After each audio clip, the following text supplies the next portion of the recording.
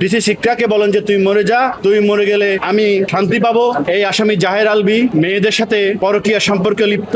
আপনারা জানেন আজকে পল্লবী থানার মামলা নম্বর 1/3/2026 এই মামলাটা বাংলাদেশের একটা আলোচিত মামলা।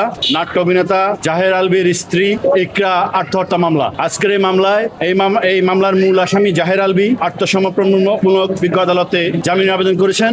আমরা রাষ্ট্রপক্ষ বাদীপক্ষ এই মামলার আসামির জামিনের বিরোধিতা করি। আমরা বিজ্ঞ আদালতকে অভিযোগ করি এই আসামির সাথে ডিসিস্ট ইকরা 2013 সালে প্রেমের সম্পর্কে বিবাহ হয় এবং তাদের দাম্পত্য জীবনে 5 বছরের একটি পুত্র সন্তান রয়েছে।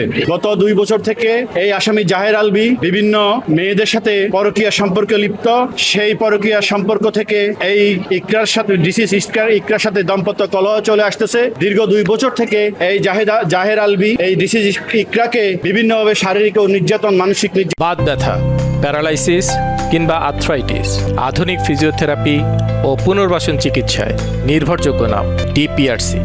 নির্যাতন করেন এবং আত্মহত্যায় প্ররোচনা করেন এবং বিভিন্ন সময় এই ডিসি শিক্ষাকে বলেন যে তুই মরে যা, তুই মরে গেলে আমি শান্তি পাবো, তুই আত্মহত্যা কর। এই ধরনের উস্কানিমূলক কথাবার্তা দিয়ে সংসারে একটা অশান্তি সৃষ্টি করে এবং এই ডিসিসকে আত্মহত্যায় প্ররোচনা করে। আমরা বিজ্ঞ আদালতকে অভিযোগ করেছি এই ডিসিস ইকরা এই 5 বছরের পুত্র সন্তানের মুখের দিকে তাকিয়ে এই সংসারটা টিকিয়ে রাখার জন্য এবং এই আজকের আসামি জাহের আলভীর সাথে সাংসারিক দাম্পত্য সম্পর্ক টিকিয়ে রাখার জন্য বহু রকম চেষ্টা করেছেন। সব রকম চেষ্টায় ব্যর্থ হয়ে এই আসামির প্ররোচনায় এই আসামি এই ডিসি ইকরা আত্মহত্যার পথ বেছে নেয়। আমরা বিজ্ঞ আদালতকে অবহিত করেছি এই আসামি ঘটনার সময় দেশের বাইরে ছিল এবং এই মামলার তদন্তকারী কর্মকর্তার একটা আবেদন ছিল ইমিগ্রেশনে আসার পর যেন আইন শৃঙ্খলা বাহিনী তাকে আটক করে গ্রেপ্তার করেন। বিজ্ঞ আদালত সেটা মঞ্জুর করেছেন। তা থাকা সত্ত্বেও এই আসামি কিভাবে দেশে প্রবেশ করে আজকে দীর্ঘদিন আত্মগোপনে ছিল এবং আজকে বিজ্ঞ আদালতে হাজির হয়েছেন, এর কোনো সদুত্তর দিতে পারেন নাই আসামির পক্ষের আইনজীবী